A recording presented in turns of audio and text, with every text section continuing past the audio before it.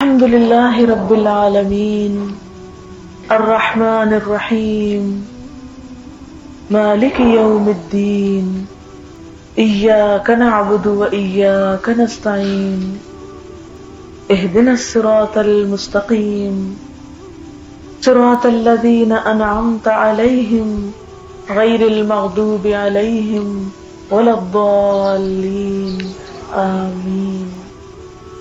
شروع کرتی ہوں اللہ کے نام سے جو بے انتہا مہربان نہایت رحم فرمانے والا ہے۔ سب تعریف اللہ کے لیے ہے جو رب ہے تمام جہانوں کا، بہت مہربان، بار بار رحم فرمانے والا، روز جزا کا مالک۔ تیری ہی ہم عبادت کرتے ہیں اور تجھی سے ہم مدد چاہتے ہیں۔ ہمیں سیدھا راستہ دکھا، ان لوگوں کا راستہ جن پر تو نے انعام کیا، ان کا نہیں جن پر تیرا غضب ہوا، نہ ان کا جو بھٹک گئے۔ عزیز بہنوں، قرآن پاک کی یہ مختصر سی سورت قرآن پاک کے بالکل شروع میں آتی ہے، جس سے قرآن پاک کی ابتدا ہوتی ہے۔ اس سورت کو ہم اپنی زندگی میں سب سے زیادہ پڑھتے ہیں، دن اور رات ہر روز پڑھتے ہیں۔ یہ سورت کیا کہتی ہے؟ کیوں ہمیں روز روز اس کو پڑھنے کو کہا جاتا ہے اور دن میں کئی دفعہ اس کو پڑھنے کے لیے کہا جاتا ہے؟ آخر اس کے اندر کیا خاص بات ہے؟ آپ دیکھیں کہ دن میں ہونے والی کتنی باتیں ہیں جو آپ بے سوچے سمجھے کرتے ہو۔ جو بھی بات آپ کرتے ہیں سوچ سمجھ کے کرتے ہیں، یا کسی کی کوئی بات سنتے ہیں تو سوچ سمجھ کے سنتے ہیں کہ کیا کہہ رہا ہے۔ اگر کسی کی بات سمجھ میں نہ آ رہی ہو تو آپ اس سے کہتے ہیں ذرا دوبارہ کہو، مجھے سمجھ میں نہیں آیا کہ تم نے کیا کہا ہے۔ لیکن یہ سورت کتنی دفعہ پڑھتے ہیں، کتنی دفعہ سنتے ہیں اور سمجھتے ہی نہیں کہ کیا کہا جا رہا ہے، کیا بول رہے ہیں اور کیا بار بار دہرا رہے ہیں۔ اگر ہم ایک دن کی اپنی کی جانے والی گفتگو کو، ساری کی ساری باتوں کو بس لکھ لیں، شروع سے لے کر آخر تک، صبح سویرے سے لے کر رات تک جو کچھ ہم کہتے ہیں سب کچھ لکھ لیں اور اس میں یہ سورت بھی لکھ لیں، تو آپ دیکھیں گے کہ باقی ساری باتیں جو ہم نے کی وہ سمجھ میں آتی ہیں، لیکن جو حصہ ہم نماز میں پڑھتے ہیں اور جو اس سورت میں پڑھتے ہیں وہ ہمیں سمجھ نہیں آتا کہ ہم کیا کہہ رہے ہیں۔ اس لیے مسلمان ہونے کے ناطے ہم سب کا فرض ہے کہ ہم جو کچھ بھی منہ سے نکالیں اس کو ہم سمجھ کر نکالیں، ہاں وہ اچھی بات ہو یا بری بات ہو، کیونکہ قرآن پاک میں آتا ہے ما یلفظ من قول الا لدیہ رقیب عتید۔ کوئی لفظ جو انسان کی زبان سے نکلتا ہے تو ایک لکھنے والا حاضر باش نگران فوراً اس کو لکھ لیتا ہے، فوراً ہی بات اللہ کے ہاں ریکارڈ ہو جاتی ہے۔ ایک اور جگہ پر آتا ہے سورۃ القمر کے آخر میں کل کبیر وصغیر مستطر، ہر بڑی بات اور ہر چھوٹی بات لکھی جاتی ہے، لکھی ہوئی ہے۔ کل کبیر وصغیر مستطر، جب ہر ایک چیز ریکارڈ ہو رہی ہے، لکھی جا رہی ہے، تو پھر جو کچھ ہم ریکارڈ کروا رہے ہیں، جو کچھ ہم بول رہے ہیں اسے اچھا تو ہونا چاہیے۔ آپ دیکھیں کہ جس وقت ہماری مووی بننے لگتی ہے تو ہم کتنے صحیح ہو کے بیٹھ جاتے ہیں، فوراً اپنے کپڑے ٹھیک کرنے لگتے ہیں، فوراً اپنے بال صحیح کرنے لگتے ہیں، فوراً اپنا ناک نقشہ صحیح کرنے لگتے ہیں کہ کہیں ہماری تصویر ایسی نہ آئے کہ جسے دیکھ کر لوگ مذاق اڑائیں۔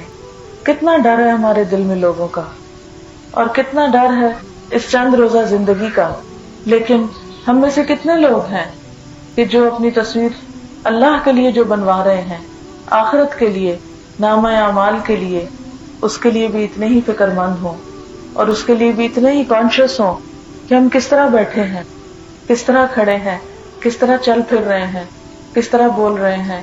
جب ہم سب لوگوں کے بیچ میں ہیں تو کیسے بیٹھے ہیں، اور جب ہم بالکل اکیلے ہوتے ہیں تو کیسے بیٹھے ہوتے ہیں، جب ہم لوگوں کے منہ پر بات کرتے ہیں تو کیسے کرتے ہیں، جب ان کے پیچھے ان کی بات کرتے ہیں تو کیسے کرتے ہیں۔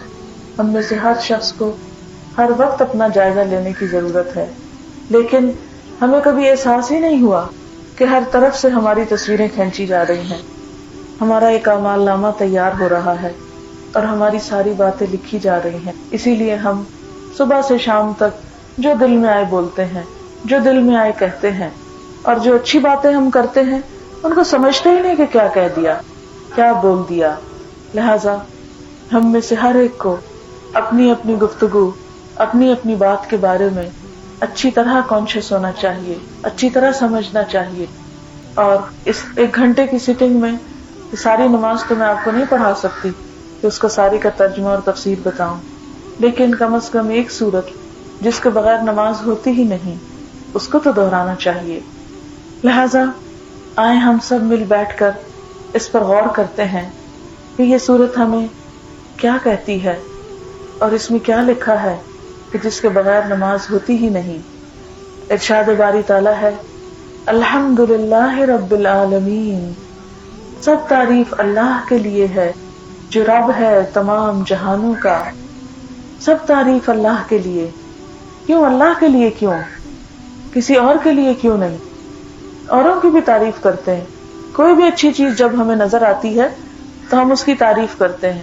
مثلاً اگر آپ یہ بیل دیکھیں اور اس کے اوپر خوبصورت پھول دیکھیں تو آپ دیکھتے ہی کہتے ہیں کتنی خوبصورت ہے، ایک دم آپ کے دل میں اس کی محبت آتی ہے. کسی اچھے انسان کو دیکھیں تو آپ کو فوراً آتے کتنا اچھا انسان ہے. کوئی اچھا کھانا دیکھیں یا کہیں جائیں تو آپ دیکھتے ہیں کہ لوگوں نے اچھی سی کوئی چیز بنائی تو آپ فوراً کہتے ہیں بہت اچھا بنایا ہے. کوئی بھی پینٹنگ دیکھیں، کوئی اچھا گھر دیکھیں تو ہم جاتے جاتے رک جاتے ہیں کہ کتنا اچھا گھر بنا ہوا ہے، کتنی اچھی سڑک بنی ہوئی ہے. سارا دن ہم ہر اچھی چیز دیکھ کر کوئی نہ کوئی تعریف کی بات دل میں لے آتے ہیں، زبان پر لے آتے ہیں.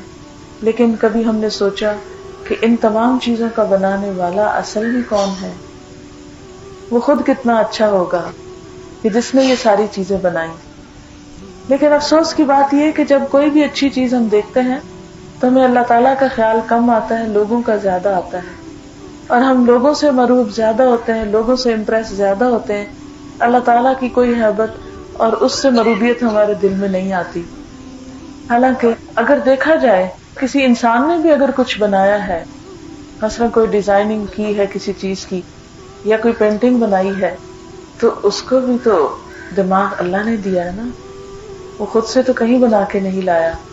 اگر کوئی شخص اچھا بول سکتا ہے، اچھا لکھ سکتا ہے، تو لکھنے کے لیے ہاتھ اور بولنے کے لیے زبان اس کو کس نے دی ہے؟ پیچھے کمال کس کا ہے؟ اصل طاقت کس کی ہے؟ اصل قوت کس کی ہے؟ اللہ رب العزت کی ہے. لہذا اصل تعریف تو پھر اللہ ہی کی ہونی چاہیے. یہ تمام چھوٹی چھوٹی چیزیں جن کی طرف ہم اٹریکٹ ہوتے ہیں، جن کی طرف ہم کھنچتے چلے جاتے ہیں، جن کی محبت میں ہم مرے چلے جاتے ہیں، ان تمام چیزوں کا اصل میں بنانے والا اور اصل اس کا اوریجنیٹر اللہ رب العزت ہے. لہذا اصل تعریف اللہ ہی کے لیے ہونی چاہیے. اور چونکہ دن میں ہم اللہ پاک کی کتنی نعمتیں استعمال کرتے ہیں اور ہر نعمت تقاضا کرتی ہے کہ اس پر شکر ادا کیا جائے. مثلاً آپ دیکھتے ہیں کہ اگر آپ کے ساتھ کوئی بھی شخص کسی وقت کوئی بھی احسان کرتا ہے تو آپ کے دل میں اس کا شکریہ آتا ہے. آپ کہتے ہیں شکریہ یا تھینک یو یا جزاک اللہ، یا کچھ بھی کہتے ہیں اور آپ واقعی ممنون ہوتے ہیں. کسی بھی انسان کے ساتھ جب آپ خوش ہوتے ہیں تو آپ کے دل میں اس کے لیے شکر کے جذبات آتے ہیں. بالکل اسی طرح اللہ تعالیٰ کے لیے ہمارے دل میں شکر کے جذبات آنے چاہیے. دن میں جتنی بھی نعمتیں ہم دیکھیں، استعمال کریں، جو کچھ بھی ہم کریں، ان تمام چیزوں پر اللہ کا حق ہے کہ ہم واقعی اس کا شکر ادا کریں. اور یہی شکر ہم دن کی ہر نماز میں ادا کرتے ہیں اور ہمیں ادا کرنے کو کہا گیا. اور اسے صرف زبان سے نکلے ہوئے 2 لفظ نہ سمجھیں، اسے دل کی آواز سمجھا کریں. اس لیے کہ جب کوئی شخص دل سے یہ لفظ بولتا ہے تو اللہ تعالیٰ اس بندے پہ راضی ہوتا ہے، اور اس کا وعدہ ہے لَإِن شَكَرْتُمْ لَأَزِيدَنَّكُمْ، اگر تم نے شکر ادا کیا تو میں تم کو ضرور اور زیادہ دوں گا. وَلَئِن كَفَرْتُمْ، اور اگر تم نے ناشکری کی، إِنَّ عَذَابِي لَشَدِيدٌ، تو میرا عذاب بھی بڑا سخت ہے. اگر تم ناشکری کرو گے اور مجھے یاد نہیں کرو گے تو میں بھی تمہارا خیال نہیں کروں گا. ٹھیک ہے، دنیا کے چند دن تو تمہیں آزادی ہے کہ تم جیسا بھی کرو، اللہ تعالیٰ تمہیں دے گا، کیونکہ اس نے دینے کا ایک وعدہ جو کر رکھا ہے. لیکن یہ معاہدہ صرف دنیا کی حد تک ہے. اور اگر تم شکر گزار بن کر نہ آئے میرے پاس واپس تو میرا یہ وعدہ آخرت کے لیے پھر نہیں ہوگا، ہمیشہ کے لیے نہیں ہوگا. اس لیے عقل مند ہے وہ جو اپنے محسن کو یاد کرے اور اس کا شکر ادا کرے. الحمدللہ، سب شکر اللہ کے لیے ہے، سب تعریف اللہ کے لیے ہے. اور ہو بھی کیوں نہ رب العالمین، جو تمام جہانوں کا رب ہے، ساری دنیا کو پال رہا ہے، سب کو جو کچھ دے رہا ہے وہی دے رہا ہے. میں اس کی تعریف اس لیے کرتی ہوں کہ ہر ایک کو جو کچھ بھی ملا اسی سے ملا. دنیا میں کہیں کوئی چیز نظر آئے، آپ کو پہاڑ نظر آئے یا پودے نظر آئے یا آسمان نظر آئے یا پرندے ہوں یا زمین ہو یا کھانے پینے کی نعمتیں ہوں یا انسان ہو، ان سب کا بنانے والا کون ہے؟ ان سب کو پالنے والا کون ہے؟ ان سب کو دینے والا کون ہے؟ یہ سب کہاں سے آ گئے؟ اللہ رب العزت نے دیے، اور اسی کا ہی شکر ادا ہونا چاہیے. آپ دیکھیں کہ انسان جب انسانوں کو دیتے ہیں تو کتنا عرصہ دے سکتے ہیں، کتنی دیر دے سکتے ہیں. کوئی فقیر آپ کے پاس آتا ہے، آپ ایک دن اس کی مدد کرتے ہیں، پھر اگلے دفعہ پھر آ جاتا ہے تو ہم کہتے ہیں دیکھو پھر آ گیا. پھر اگر بےچارہ تیسری دفعہ آ جائے تو ہم اس کو گھور کے دیکھتے ہیں اور اس کی شکل بھی دیکھنا پسند نہیں کرتے. اور اگر چوتھی دفعہ آئے تو شاید دھکے دے کے نکال دیں کہ تم نے تو کام ہی بنا لیا، تم نے تو یہ گھر ہی ڈھونڈ لیا اور تم تو ہمارے پیچھے ہی پڑ گئے ہو. لیکن اللہ تعالیٰ ایسا نہیں کرتے. ہم دن میں کتنی دفعہ مانگتے ہیں اس سے، اور جتنا بھی اس سے مانگتے ہیں وہ اتنا زیادہ اور خوش ہوتا ہے کہ میرے بندے نے مجھ سے مانگا ہے. اور جو اللہ سے مانگتا نہیں، اللہ تعالیٰ اس سے اتنا ناراض ہوتے. اس سے آپ اندازہ کریں کہ ہم بندوں کے لیے اتنی محبت بھی نہیں رکھتے جتنی اللہ تعالیٰ ہمارے لیے رکھتے ہیں. بلکہ انسانی رشتوں میں سب سے زیادہ محبت کرنے والا رشتہ جو ماں کا رشتہ ہے، اس سے مثال دے کے فرمایا کہ اللہ تعالیٰ تو 70 ماؤں سے بڑھ کر پیار کرنے والا ہے.